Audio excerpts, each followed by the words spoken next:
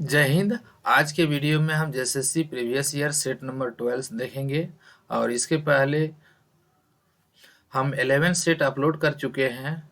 आप प्लेलिस्ट में जाके सारे 11 सेट को देख सकते हैं। देखते हैं सबसे पहला JSSC previous year mathematics set number 12 का सबसे पहला क्वेश्चन क्या दिया गया है। सबसे पहला क्वेश्चन देखें। सबसे पहला क्वेश्चन दिया गया है, आपके स्क्रीन पर दिख रहा है, number of diagonals in a polygon having 6 side. यानी कि कोई एक पॉलीगॉन में पूछा जा रहा है डायगोनल की संख्या कितना होगा अगर उसमें ये पॉलीगॉन में कितने साइड दे दिए गए हैं, 6 साइड दे दिए हैं। तो सबसे पहले हम आपको ये बताते हैं जो कि कोई भी पॉलीगॉन में डायगोनल की संख्या कैसे निकाला जाएगा, उसके लिए क्या फॉर्मूला है। तो इसके लिए एकदम सिंपल सा फॉर्मूला आपको याद रखना है, number of diagonals in a polygon. तो आपको एकदम सिंपल सा फॉर्मूला आपको याद रखना है, नंबर ऑफ डायगोनल्स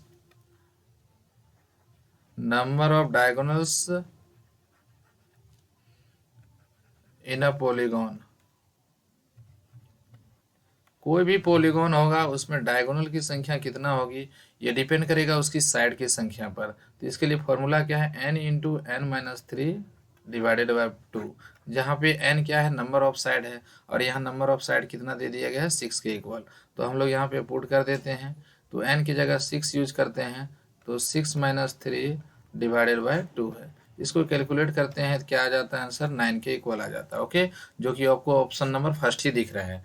देखते हैं क्वेश्चन नंबर 2 क्या दिया गया है। क्वेश्चन नंबर 2 देखिए, आपको ऑप्शन में दिख रहा है, चारों ऑप्शन यहाँ पे दिखाई दे रहा है। कॉस ए का वैल्यू दिया गया है और यहाँ से टेन ए का वैल्यू मांगा गया जा रहा है। तो ये ट्रिग्नोमेट्री का रिलेटेड प्रॉब्लम है, ये बड़ा ही इजी पार्ट है। यहाँ से क्वेश्चन में क्या दिया गया है, कॉस ए का वैल्यू दिया है। तो अगर कॉस ए का वैल्यू दिया गया है तो हम लोग यहाँ से क्या कर सकते हैं, टेन ए का वैल्यू एकदम चुटकियों में निकाल सकते हैं, बिना पेन चलाए हुए भी आप इसको निकाल सकते थे। देखिए, कॉस किसका रेशियो होता है, बेस और हाइपोटेनियस का रेशियो होता है।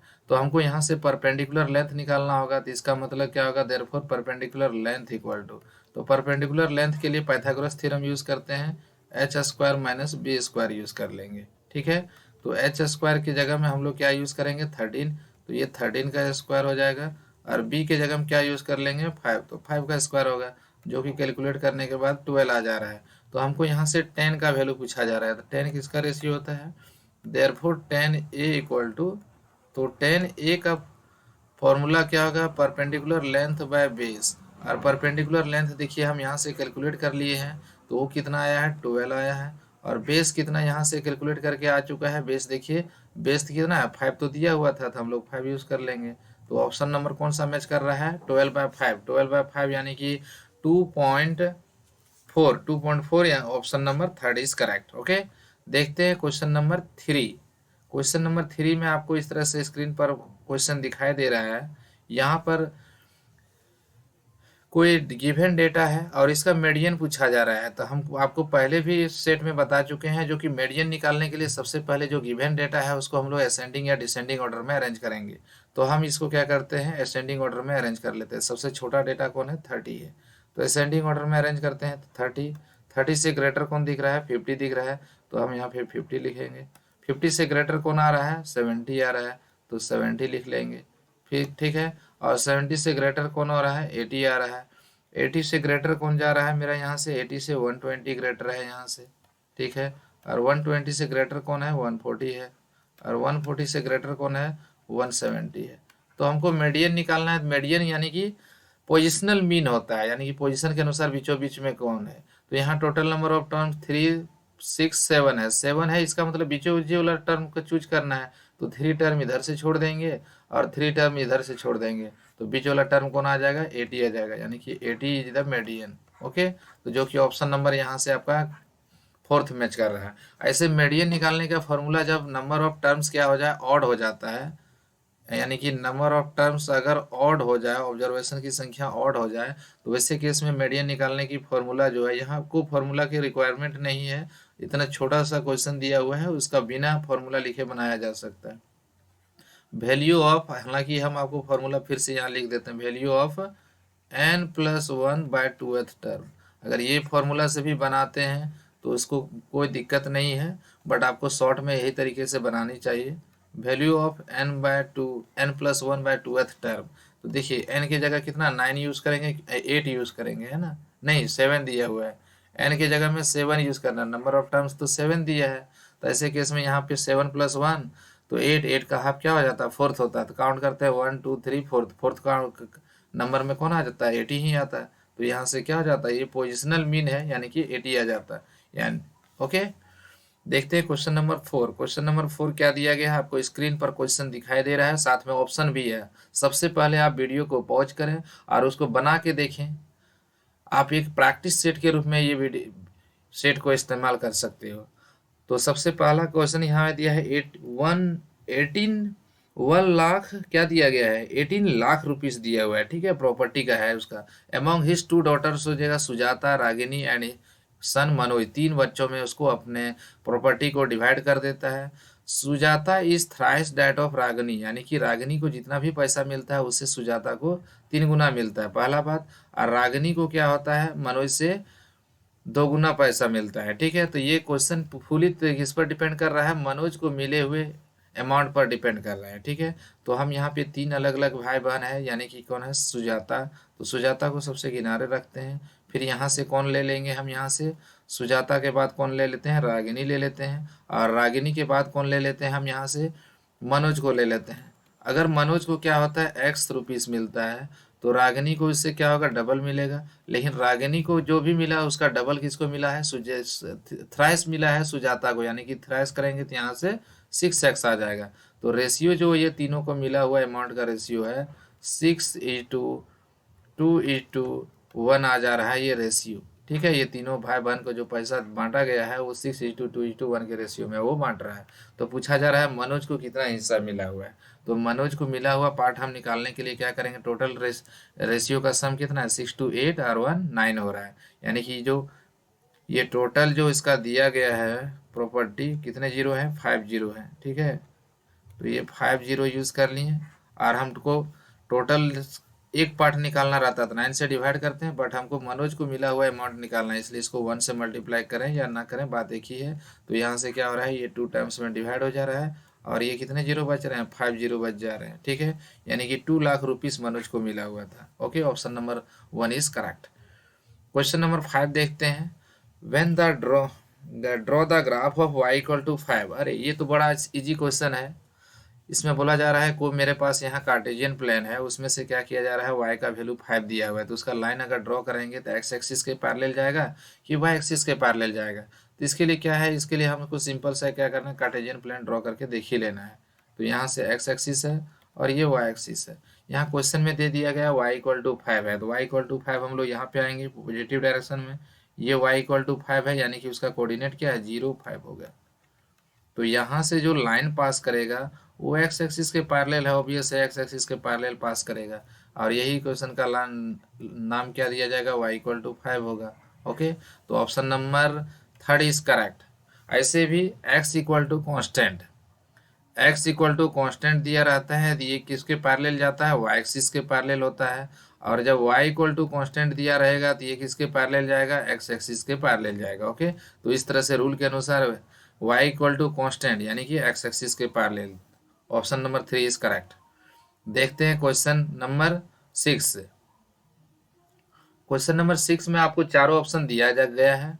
एक, find the cost of levelling the ground in the form of triangle having the sides 90 40 and क्या है 70 at the 10 rupees per square metre, और इसमें से √5 का वैल्यू भी दे दिया गया है, ठीक है। तो हम इसका एरिया कैसे निकालेंगे, तो एरिया निकालने के लिए हम लोग यहाँ से क्या कर सकते हैं, देखिए इसके लिए तो ट्राइंगल है और ये राइट एंगल ट्राइंगल यानी कि है भी नहीं, तो वैसे केस में इसको हमको क्या करना है, लेवल कराने का खर्च निकालना है। तो हम सबसे पहले यहाँ से क्या करते हैं, ये हीरोन्स फार्मूला लगा देते हैं, क्योंकि ये एक ऐसा क्वेश्चन है जिसमें से तीनों साइड में कोई रिलेशन नहीं बन पा रहा है। तो एक तो साइड का लेंथ दिया हुआ है 90, दूसरे साइड का लेंथ दे दिया है मेरा पास 40 दे दिया है, और तीसरे का साइड का लेंथ दे दिया है 70 दे दिया है। तो हीरोन्स फार्मूला लगाने के लिए पहले हमको सेमी पेरीमीटर निकालना पड़ेगा, यानी कि a + b + c/2, इसमें से कोई साइड को a सपोज करें, कोई साइड को b सपोज करें, और कोई साइड को c सपोज करें, यानी कि ये सबका 90 70 और 40 इसका सम आ जा रहा है 200 के इक्वल, ठीक है। और 200 के इक्वल जब सम आ जा रहा है तो सेमी पेरीमीटर यहाँ से हमको देख के क्या मिल रहा है, 100 के इक्वल आ रहा है। तो semi perimeter it means 100 centimetre मिल गया है, 100 मीटर, मीटर ओके, मीटर में सारा डेटा दिया हुआ है। तो यहाँ से मेरा आ जा रहा है 100। तो हम लोग हीरोन्स फार्मूला लगा करके एरिया निकाल सकते हैं। तो एरिया के लिए मेरे पास हीरोन्स फार्मूला यह है। हीरोन्स फार्मूला क्या होता है, रूट अंडर, ये सारे रूट में ही जाएंगे, एस इंटू एस माइनस ए इंटू क्या होगा, एस माइनस बी होगा। फिर यहाँ से क्या निकालेंगे, एस माइनस सी निकालेंगे। सारा data S A B C सारा मालूम है, इसमें से ए बी सी सपोज कर लेंगे। तो जब हम इसको आगे कैलकुलेट करते हैं फाइनली, तो देखिए यहाँ से कैलकुलेशन में क्या मिलेगा। सो देखिए एस के जगह में तो 100 यूज करना ही है, ठीक है। और सेकंड में एस माइनस ए यानी कि 100 माइनस 90 जो कि डायरेक्ट आ जा रहा है 10 के इक्वल। फिर 100 माइनस 40 जो कि 60 के इक्वल दिख रहा है। फिर क्या आ रहा है 100 माइनस 70 जो कि 30 के इक्वल आ रहा है। अब हम इसको क्या करेंगे, इसको आसानी से तोड़ सकते हैं और तोड़ करके इसका स्क्वायर रूट जो भी आएगा वही आपका इसका एरिया हो जाएगा और फिर रेट से मल्टीप्लाई कर देना है। देखिए ये 100 तो परफेक्ट स्क्वायर है, इसमें सोचना ही नहीं है हमको, ठीक है। बट हम यहाँ पे क्या करेंगे, 100 के बदले अगर रूट से बाहर करते हैं तो वो क्या आ जाएगा। सो देखिए ये 100 को 100 हम छोड़ देते हैं क्योंकि परफेक्ट स्क्वायर है। ये 10 को 10 भी छोड़ देते हैं, ठीक है। ये 60 को हम ब्रेक कर देते हैं, 60 के बदले 10 इंटू 6 कर देते हैं, ठीक है। और यहाँ से 30 के बदले क्या करेंगे, 5 इंटू 6 कर देंगे। ये जब कंप्लीट स्क्वायर रूट से बाहर जाएगा सारा डेटा, तो 100 का स्क्वायर रूट तो 10 होगा और 10 यहाँ पे 2 टाइम्स दिख रहा है, तो इसका मतलब 1 टाइम्स क्या होगा, हम कैरी कर सकते हैं, ठीक है। फिर यहाँ से क्या है 6 2 टाइम्स दिख रहा है, तो 1 टाइम हम क्या करेंगे 6 भी कैरी कर लेंगे। बट मेरा एकमात्र क्या होगा, रूट अंडर में 5 बच जाएगा। तो इसको हम सॉल्व करते हैं तो ये आ जाता है 600 आ जाता है और इधर रूट अंडर 5 आता है। इतना मीटर स्क्वायर एरिया हो जाता है। बट यहाँ √5 का भी वैल्यू दे दिया गया है, हम √5 का भी वैल्यू यूज़ कर लेते हैं। तो √5 का वैल्यू यूज़ करने के बाद उसका एरिया क्या आता है। सो देखिए √5 का वैल्यू बोला है 2.24 यूज़ करें। ये पॉइंट को रिमूव करेंगे बाय 100 आएगा। हम इसको सॉल्व करते हैं, तो सॉल्व करने के बाद क्या आएगा। सो देखिए यहाँ से मेरा आ जाएगा 24 हो गया, 12 और 2 14 हो जाएगा, ठीक है। और यहाँ से 12 और 1 15, 12 1 13 आ जाएगा, ओके। 1344 यानी कि इसका जो एरिया आ जाएगा 1344 मीटर स्क्वायर आ गया ये रेक्टेंगुलर फील्ड का। अब हमको कॉस्ट निकालना है। कॉस्ट के लिए हमको कोई विशेष काम करने की ज़रूरत नहीं है, हम यहाँ से कॉस्ट आसानी से निकाल भी सकते हैं। तो कॉस्ट के लिए मेरे पास जो रेट दिया हुआ है, 10 पर स्क्वायर मीटर दे दिया गया है। तो 10 इंटू क्या करेंगे 1344 से मल्टीप्लाई करते हैं तो ये प्रोडक्ट क्या आ जाएगा 13440। ये इतना रुपीस का हमको क्या होगा उसको लेवल कराने की खर्च आ जाएगी, जो कि option number 1 is correct, okay. देखते हैं क्वेश्चन नंबर 7। क्वेश्चन नंबर 7 में आपको ऑप्शन दिख रहा है स्क्रीन पर। 6 सेमी एक इक्विलेटरल ट्रायंगल है और इक्विलेटरल ट्रायंगल पर एक पिरामिड को फॉर्म किया गया है जिसका स्लैंट है 10 दे दिया है। तो उसका हमको कर्व सरफेस एरिया केवल निकालना, हमको टोटल सरफेस एरिया निकालना रहता है तो फॉर्मूला चेंज हो जाता है। तो वैसे भी पिरामिड का देयरफॉर लेटरल सरफेस एरिया इसका निकालते हैं, टोटल सरफेस एरिया नहीं, lateral surface area, lateral surface area of pyramid. तो इसके लिए आपको फॉर्मूला याद होनी चाहिए। अगर फॉर्मूला आपको याद है तो ये क्वेश्चन को आसानी से बना सकते हैं। Lateral surface area of pyramid equal to क्या हो जाएगा, हमको तो बेस का निकालना नहीं है, नहीं तो बेस तो इक्विलेटरल ट्रायंगल है, तो इसके लिए फॉर्मूला क्या हो जाएगा half into perimeter of base. इसके लिए फॉर्मूला क्या होता है half into perimeter of base, half into perimeter of base, ठीक है, into half into perimeter of base into हम यहाँ से निकालेंगे तो यहाँ से क्या आ जाएगा मेरा, इस तरह से अगर निकालते हैं तो यहाँ से वैल्यू मेरा half into perimeter of base into slant head. और यहाँ पे स्लैंट हेड को हम लोग एल से जनरली रिप्रेजेंट करते हैं। तो देखिए इसका एरिया आ जाना चाहिए यहाँ से हाफ पेरीमीटर ऑफ बेस। जब मेरा इक्विलेटरल ट्रायंगल उसका बेस कैसा शेप का है, इक्विलेटरल ट्रायंगल शेप का है, तो उसका पेरीमीटर क्या होगा 3 इंटू साइड यानी कि 18 हो जाएगा। और उसका स्लैंट हेड क्वेश्चन में मेंशन कर दिया है 10। इसको हम कैलकुलेट करते हैं तो ये 9 टाइम्स में क्या होता है कैंसिल हो जाता है। तो इस तरह से लेटरल सरफेस एरिया या सरफेस एरिया जो है वो क्या आ जा रहा है 90 सेंटीमीटर स्क्वायर के इक्वल आ जा रहा है, ओके। देखते हैं क्वेश्चन नंबर 8। क्वेश्चन नंबर 8 में चारों ऑप्शन आपको दिखाई दे रहा है अमित के मासिक वेतन से एक क्षेत्रीय कंपनी, अच्छा इसमें देखिए क्या बोला जाता है, उसका जो भी सैलरी था उसको 15% क्या किया जाता है, काट लिया जाता है, और जो बचा हुआ पैसा है उसका 15% वो बच्चों के एडुकेशन पर खर्च कर रहा है, और उसका बचा हुआ पैसा वो क्या कर रहा है, 5% को क्या कर रहा है, वो क्लॉथ पर इन्वेस्ट कर दे रहा है। पूछा जा रहा है उसका बचा हुआ अमाउंट जो है अगर 27,545 है, तो उसका वास्तव में सैलरी कितना था, जो कि इतना तरह का खर्च करने के बाद भी इतना रुपीस उसका बच रहा है, ये रिमेनिंग अमाउंट है, ठीक है, ये सेविंग अमाउंट। तो इसको हम लोग आसानी से कैलकुलेट कर सकते हैं, बहुत बड़ी बात नहीं है। देखिए हम सपोज कर लेते हैं उसके पास जो टोटल सैलरी था, टोटल सैलरी एक्स था, वो 15% क्या करता है, क्या करता है, हाउस रेंट के रूप में दे देता है। इसका मतलब अभी पास उसके पास सैलरी कितना होगा, 85% होगा। तो 85% होगा, परसेंटेज रिमूव करके लिख देते हैं, ठीक है। फिर जो बचा हुआ है, अभी इसके पास इतना सैलरी रिमेनिंग है, उसका 15% वो बच्चों के एडुकेशन पर खर्च करता है। फिर से क्या बचेगा उसके पास, मात्र 85% ही बचेगा। फिर जो बचा हुआ पैसा है उसका 5% वो क्या करेगा, क्लॉथ पर खर्च करेगा, यानी कि 95% अभी भी बच जाएगा, ठीक है। और इस तरह से टोटल उसका फाइनल क्या बचा हुआ है, 27,455 उसका बचा हुआ है। हमको यहाँ से क्या करना है, एक्स की वैल्यू निकालनी है। तो एक्स की वैल्यू निकालने के लिए कुछ हमको विशेष वर्क नहीं करनी है, सिंपल सा ये क्या करेंगे, हम क्रॉस मल्टीप्लाई कर लेंगे। तो ये मेरे पास डेटा जो है 27,455, ठीक है, और इधर से क्या है 100 इंटू क्या है 100 इंटू क्या है 100, ठीक है। और होल डिवाइडेड बाई क्या आएगा, इधर से मेरा यहाँ आएगा 85 इंटू क्या होगा 85, और एक वन टाइम क्या है 95 है, ठीक है। अब इसको फाइनली जब कैलकुलेट करते हैं, ये 17 के टाइम से डिविजुअल है, 19 के टाइम से डिविजुअल है, हम कैलकुलेट फाइनली अगर करते हैं तो ये आंसर मेरा क्या होता है, 40,000 के इक्वल आ जाता है। आपको केवल इतना ही वर्क करना था और इसका आंसर आपको पास आसानी से दिख रहा है, जो कि 40,000 है। ओके, देखते हैं क्वेश्चन नंबर 9।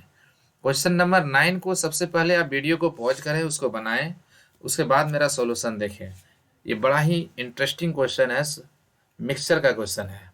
दो अलग तरह का मिक्सचर है, 97% उसमें क्या है, प्योरिटी है, और 90% इसमें प्योरिटी है। उस ये दोनों को मिक्स कर दिया जाता है, तो रिजल्टिंग जो सॉल्यूशन तैयार होता है वो 10.5 लीटर हो जाता है। और ये सॉल्यूशन में पूछा जा रहा है 95% का क्या हो रहा है, तो वो प्योर सॉल्यूशन तैयार होता है, मिक्सचर। तो पूछा जा रहा है वो प्योर मिक्सचर में, यानी कि जो मिक्सचर 10.5 लीटर तैयार किया गया, उसमें से 90% या 97% वाले मिक्सचर क्या क्या कंटेंट था वो निकालें। तो इसको हम लोग बहुत आसानी से ही निकाल सकते हैं। इसको हम क्रॉस कर देते हैं। देखिए ये अगर इस तरह से हम क्रॉस कर लेते हैं यहाँ से, तो मेरे पास क्या है, सबसे पहले तो यहाँ पे 97% का हमको सॉल्यूशन मिलाना है, और एक क्या है 90% है। बट जो रिजल्टिंग सॉल्यूशन आता है वो कितना परसेंट का होना चाहिए, 90%, 95% का। डिफरेंस क्या आ गया यहाँ से, 2% का। यहाँ से डिफरेंस कितना आ गया, 5% का डिफरेंस आ गया, ठीक है। यानी कि वो दोनों सॉल्यूशन का रेशियो, मिलावट का रेशियो क्या होना चाहिए, 5:2 होगा। अब हमको पूछा जा रहा है 10.5 लीटर का मिक्सचर जो है उसमें से 95% की मात्रा क्या होगी, 95% की मात्रा, 95% सॉल्यूशन वाली की मात्रा क्या होगा। तो इसको निकालने के लिए 10.5 लीटर है, और ये दोनों रेशियो का सम कितना हो रहा है, 7 हो रहा है। हमको किसका निकालना है, 97%। तो 97% के पार्ट में कौन है, 5 है, तो इसको 5 से मल्टीप्लाई कर देंगे, ठीक है। तो ये तो मेरा आसानी से यहाँ से क्या हो रहा है, 1.5 में डिवाइड हो रहा था। प्रोडक्ट क्या आ गया, 7.5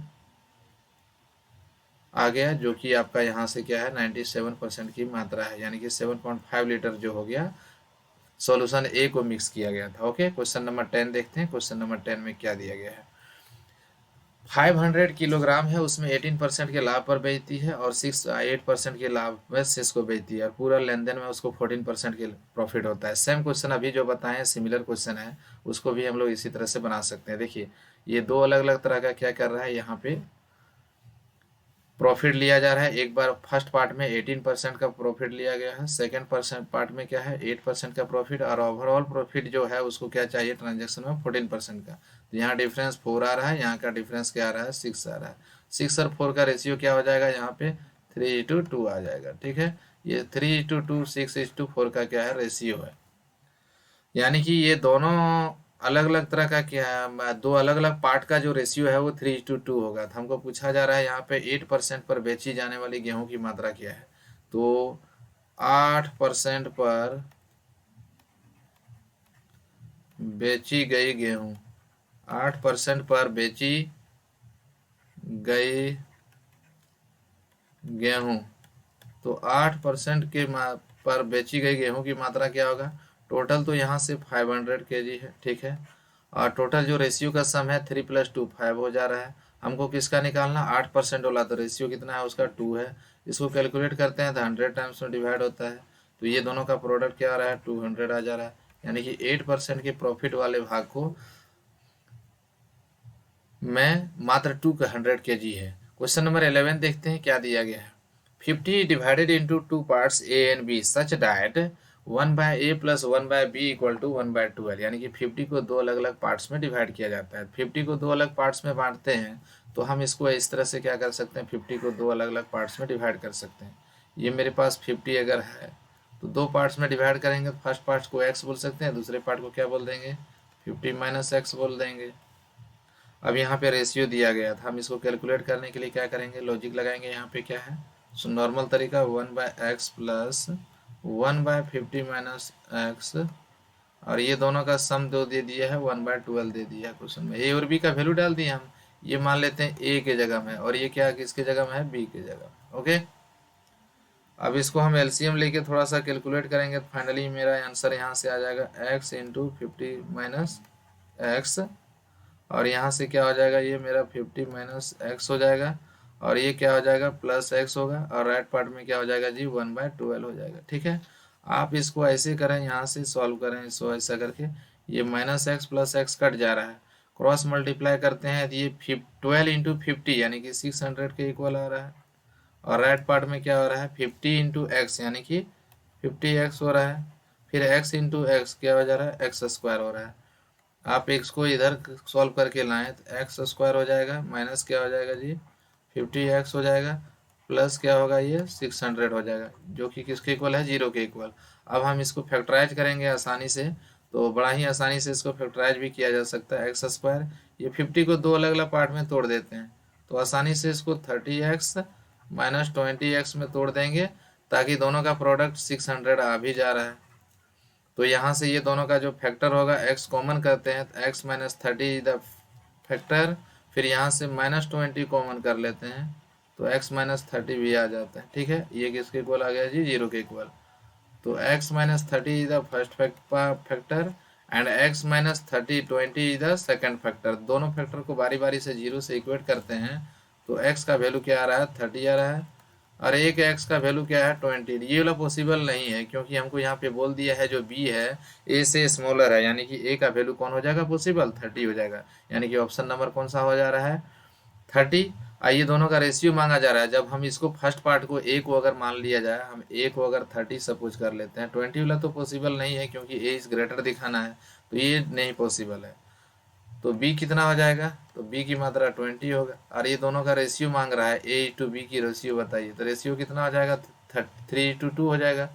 तो यहाँ से रेशियो 3:2 मिलेगा, जो कि ऑप्शन नंबर 1 इज करेक्ट दिख रहा है।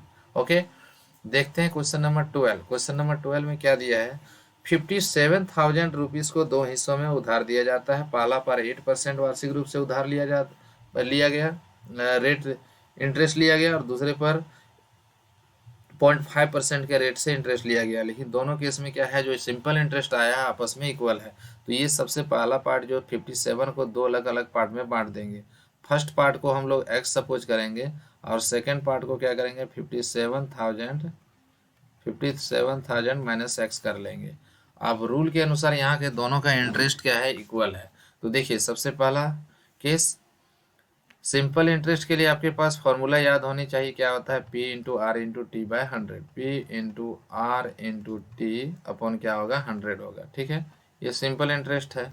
तो यहाँ से क्वेश्चन में क्या दिया हुआ है उसके अनुसार हम यहाँ इक्वेट करते हैं।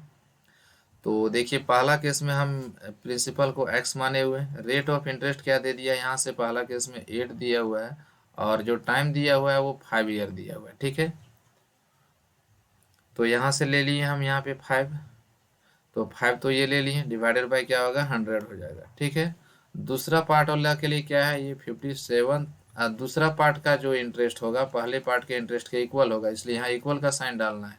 57,000 माइनस एक्स इंटू क्या है, रेट ऑफ इंटरेस्ट इसका कितना दिया गया है, 0.5% ओनली दिया गया है इसका रेट, ठीक है। और इंटू टाइम जो है 15 वर्ष है। रेट ऑफ इंटरेस्ट यहाँ से क्या आ गया, 0.5 ले लिए। अब इसको कैलकुलेट करेंगे, 0 0 कट जाएगा। तो यहाँ से कैलकुलेशन के बाद जो x का वैल्यू मिलेगा वो कैसे मिलेगा, सो देखिए ये तो 40x आ गया। और यहाँ से देखिए मेरा यहाँ से क्या हो रहा है, 57,000 माइनस एक्स इंटू क्या होगा 5, ठीक है। अच्छा ये पॉइंट को रिमूव करेंगे तो बाय 10 भी आएगा यहाँ से, ठीक है। इंटू क्या होगा 15 हो जाएगा, ठीक है। तो यहाँ से हम फाइनली अगर कैलकुलेट करते हैं कोई डेटा को, तो देखिए ये 5 से मेरा क्या हो रहा है, 8 टाइम्स में डिविजिबल है, ठीक है। और ये 5 से मेरा क्या हो रहा है, अच्छा ये 5 से डिवाइड हो गया। अब यहाँ से हम अगर निकालें डेटा और ये 5 से और कैंसिल करते हैं, 5 2 जा 10 एंड 5 3 जा क्या होगा 15 होगा। अगर इसको हम आगे कैलकुलेट करते हैं तो देखिए ये क्या आ जाता है यहाँ से, ठीक है। 2 से क्रॉस कर देते हैं तो ये क्या आ जाएगा यहाँ से 16 2 जा 8 2 जा 16x, और ये 3 से यहाँ पे मल्टीप्लाई करते हैं, देखिए 3 इंटू, तो 3 इंटू 57,000 है, ये यहाँ जैसे का तैसे रख देते हैं, माइनस 3x है। 3x उधर जाके कंबाइन करेंगे तो ये आ जाएगा 19x आ जाएगा। और इधर क्या है मेरा 3 इंटू 57,000 है, ठीक है। तो ये 19 के टेबल में 3 टाइम्स में 57 तो कटता ही है, ये 3000 हो गया। तो प्रोडक्ट यहाँ से x का फाइनली क्या दे रहा है, देखिए x का वैल्यू 3 3 जा 9 यानी कि 9000 आ रहा है, जो कि ऑप्शन नंबर आपको यहाँ से दिख रहा है फर्स्ट करेक्ट।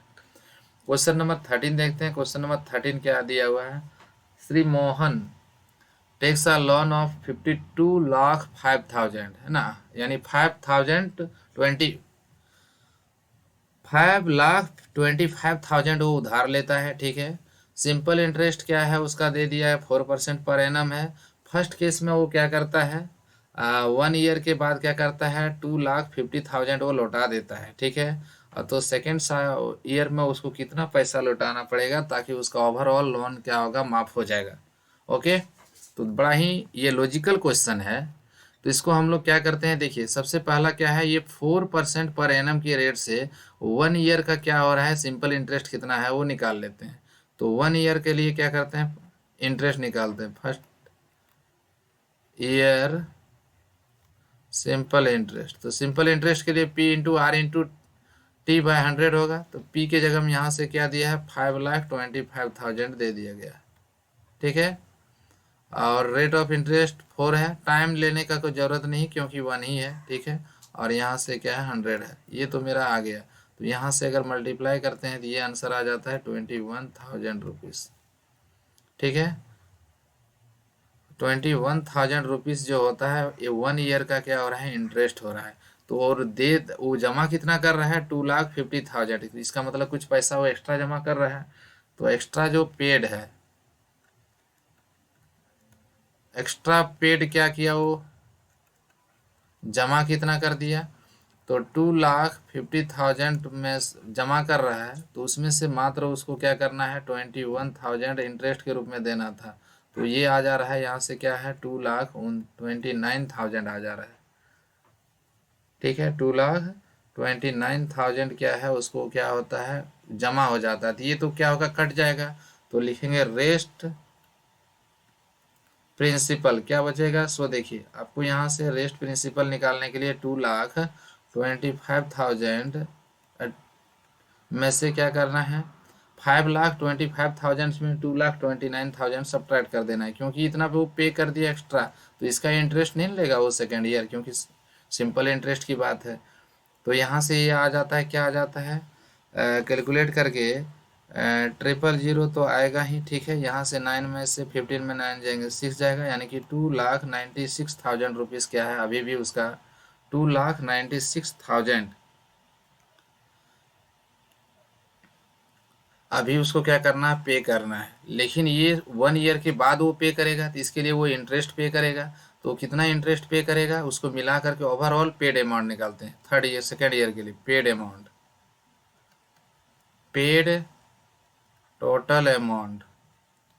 तो टोटल अमाउंट निकालने के लिए हम क्या करेंगे, यहाँ से 2,96,000 में से उसका क्या करेंगे, इंटरेस्ट भी तो 1 ईयर के लिए वो पे करेगा, तो 1 ईयर के इंटरेस्ट पे करेगा, तो इसका मतलब 4% तो उसका इंटरेस्ट पे करना ही उसको। तो इसको अगर हम कैलकुलेट करके ऐड करते हैं तो यहाँ से 2,96,000, ठीक है, इसमें से ये मतलब 4 से मल्टीप्लाई होगा, 0, 4, 96, 38, 8 और 3, 11,840 आ रहा है। तो यहाँ से दोनों का सम जो हो रहा है वो क्या आ जाएगा, यहाँ से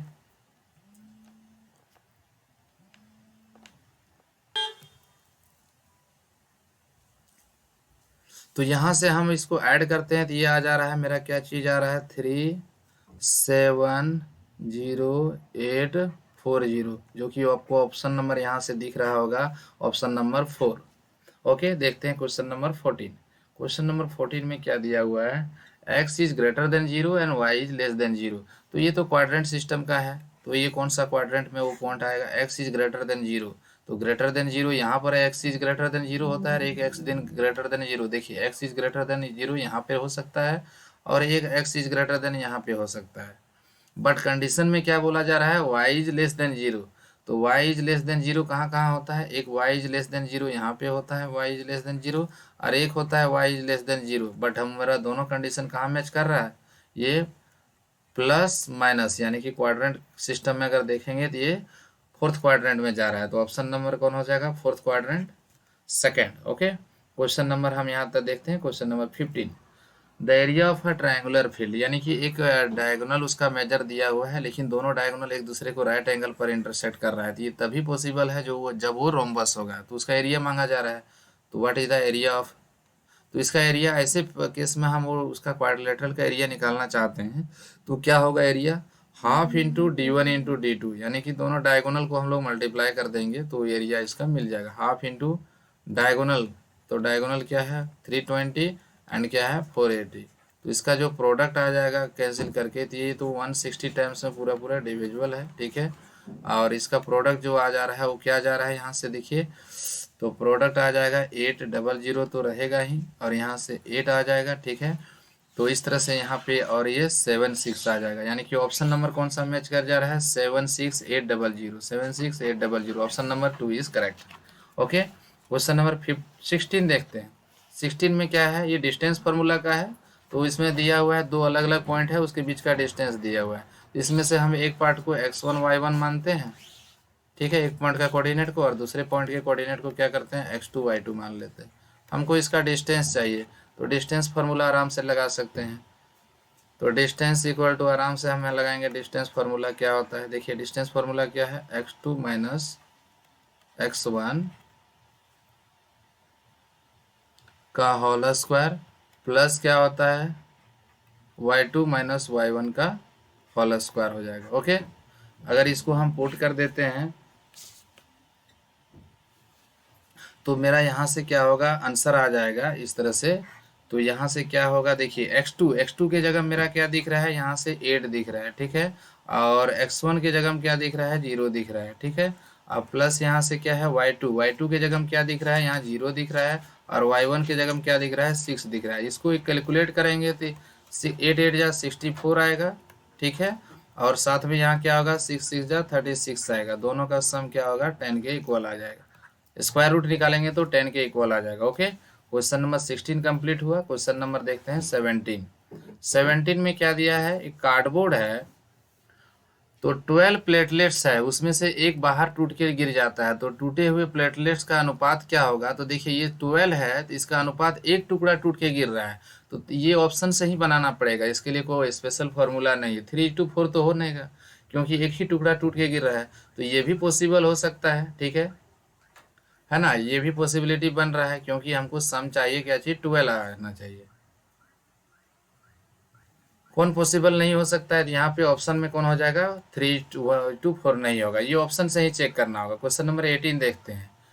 50 महिलाएं 36 दिनों में एक दीवार को बना सकती है, 25 दिनों में वो काम को पूरा करना चाहती है, तो दीवार को पूरा करने के लिए कितना एक्स्ट्रा महिला को रखना होगा। तो ये तो डायरेक्ट M1D1 पर आधारित क्वेश्चन है। M1D1 इक्वल टू M2D2, क्योंकि वर्क तो सेम केस में है, वर्क डन यहाँ पे दोनों ही केस में इक्वल जा रहा है। अगर यहाँ पे इन्वर्स प्रोपोर्शन में बनाते हैं तो यहाँ पे देखिए अगर 50 महिला है, ठीक है, तो ये वर्क कितने डेज में कंप्लीट हो जाता है, 36 डेज में। तो बोला जा रहा है ये कितने महिला को वर्क पर एक्स्ट्रा रख लेंगे, तो कितना महिला को रखते हैं, तो x महिला को एक्स्ट्रा रख लिए, 50 प्लस x हो गया। तो ये वर्क जो है ओनली मेरा क्या हो रहा है, 25 डेज में कंप्लीट हो जाएगा। तो यहाँ से इसको कैलकुलेट करते हैं, देखिए ये 2 टाइम्स में डिवाइड हुआ, तो ये प्रोडक्ट तो 72 आएगा, और यहाँ से कितना है 50 प्लस x है। तो फाइनल जो आंसर यहाँ से आ जाएगा x इक्वल टू क्या आ जाएगा, यहाँ से 22 आ जाएगा, जो कि आपका ऑप्शन नंबर कौन दिख रहा है, थर्ड ऑप्शन दिख रहा है। देखते हैं क्वेश्चन नंबर 19 में क्या दिया है, एक रोम्बस का हमको क्या करना है, साइड निकालना है, उसका डायगोनल का लेंथ दे दिया। तो रोम्बस का चारों साइड आपस में इक्वल होता है और डायगोनल एक दूसरे को परपेंडिकुलरली बाइसेक्ट करता है। देखिए ये एक रोम्बस हम सपोज कर लेते हैं ABCD, इसका डायगोनल आपस में एक दूसरे को क्या करता है, परपेंडिकुलरली इंटरसेक्ट करता है। ये 0 है, यहाँ से ओरिजिन ये 90 डिग्री पर कट करेगा। तो डायगोनल का लेंथ 8 और 4 है, तो इसका मतलब ये टुकड़ा 4 हुआ, तो ये भी टुकड़ा 4 हुआ।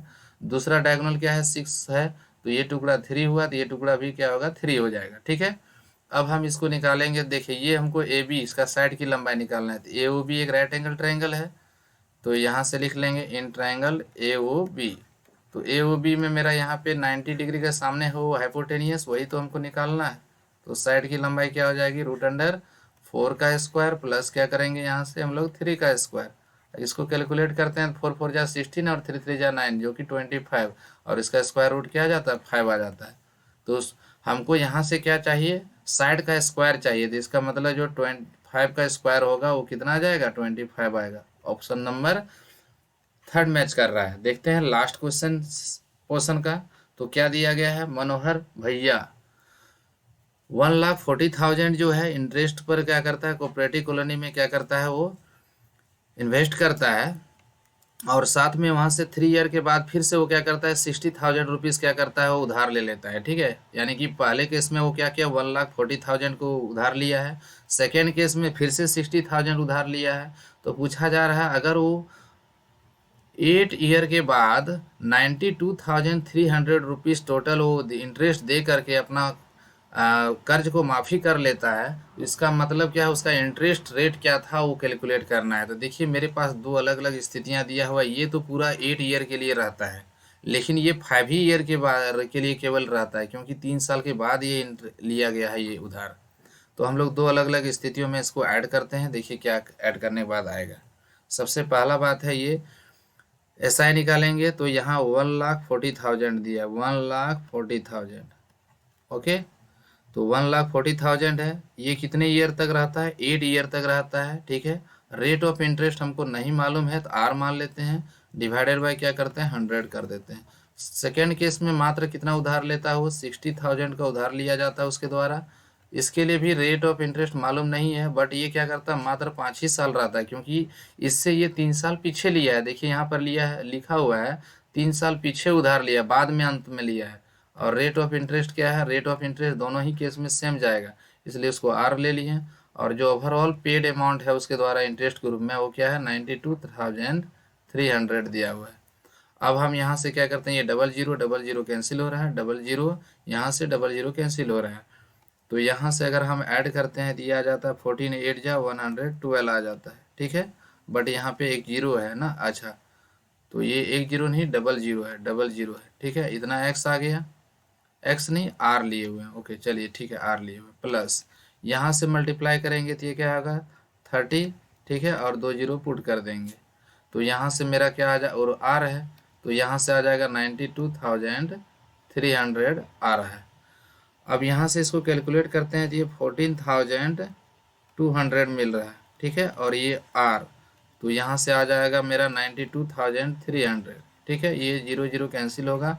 अब इसका R का वैल्यू निकालना चाहते हैं तो एकमात्र उपाय है यहाँ पे लॉन्ग डिवीजन लगा करके इसको चेक किया जाए, क्योंकि ये पूरा पूरा कंप्लीट डिवाइड होगा, थोड़ा लॉन्ग डिवीजन है। और इसको हम कैंसिल करते हैं तो ये क्या टाइम्स कितना टाइम्स में कट जाता है, 6.5 टाइम्स में कट जाता है, यानी कि ऑप्शन नंबर आपका 1 करेक्ट होगा। ओके, सेट नंबर 12 भी कंप्लीट हुआ। मिलते हैं नेक्स्ट वीडियो में।